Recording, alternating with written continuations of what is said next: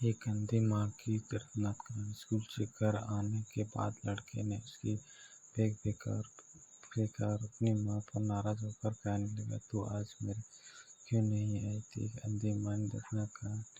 माँ बोली, अरे बेटा, तेरे खाने के डिब्बे में चटनी रख भूल गई थी और तू वैसे ही डिब्बा लेकर स्कूल आया था, इसलिए चटनी का डिब्बा लेकर तेरे स्कूल आई थी। फिर लड़का बोला, तुझे पता नहीं है क्या तू एक आँख से अंधी है? तेरे जाने के बाद सब कुछ थे मुझे। और बेटा बोला, फिर माँ बोला, ठीक है, स्कूल में तो भूख लगी होगी बेटा, खाना खा ले। पर लड़के को अपनी माँ पर बहुत गुस्सा आया था।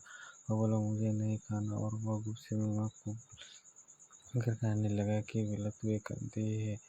इसकी माँ को बहुत बुरा लगा और उसके नाराज़गी अपने चेहरे पर नहीं दिखाई। उसने अपने बेटे पर गुस्सा नहीं किया। उसने आगे अपने बेटे को बढ़ाया और लड़का स्कूल में पढ़ने के आया। शिक्षण संस्था में उसके लिए सम्मान किया कार्यक्रम आयोजन किया गया। लड़का तैयार होकर कार्यक्रम के लिए जाने लगा और उसकी माँ ने पूछा कि बेटा, अब आओ तुम्हारे साथ हुआ? बोला, नहीं। फिर लड़का कहने लगा कि तेरी एक एक आँख है तू। माँ लड़के शब्द सुनकर रोने लगा। होशियार और बुद्धिमान लड़के को अपनी माँ को दुख नहीं दिखाया गया था। माँ तो आखिर माँ है, ठहरी। माँ से रहा नहीं गया और अपने लड़के का सम्मान करते हुए देखना चाहती थी। वह स्कूल गई और खड़ी रही। अपने माला पहनते हुए देखकर वो बहुत खुश हो गई। कार्यक्रम होने के बाद ना जब लड़का घर तब आया, उसकी माँ ने उसके कहने लगी, बेटा, तेरी कार्यक्रम दिखने आई थी। माँ होना होने की जगह उसे चिल्लाने लगा और कहने लगा कि तुझे कितनी बार मैंने मना किया था इससे मेरे स्कूल में आए? मतलब है तू स्कूल आई तो क्यों? उसके अपनी माँ को ममता नहीं दिखाई दी। इस लड़के ने होशियार दिमाग को सिर्फ स्कूल के विषय समझते हुए वह उसकी माँ को कभी समझ नहीं पाया। ऐसे ही दिन गए।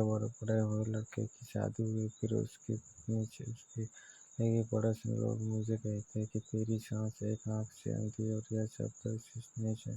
तो एक दिन लड़का उसकी माँ को बोला, किंतु अंधी इसलिए हम घर छोड़कर दूसरे शहर में नहीं रह जा रहे। दूसरे के घर के बर्तन पीसने पड़ा वाली दुख, तिमक, मंगलसूत्र और सोने के गहने बेचकर अपने लड़के को ये वाली माँ को छोड़कर वह दोनों दूसरे शहर में रहने चले गए। धीरे धीरे 10 साल बीत गए। एक दिन उसकी माँ की तबीयत बहुत बिगड़ गई और वह सुनने लगी कि अब मैं ये दुनिया छोड़कर चल जाऊंगी, पर मुझे एक बार मेरे बच्चे को देखना है। तुरंत उसको अपने लड़के को और बहुत शब्द याद आने लगा।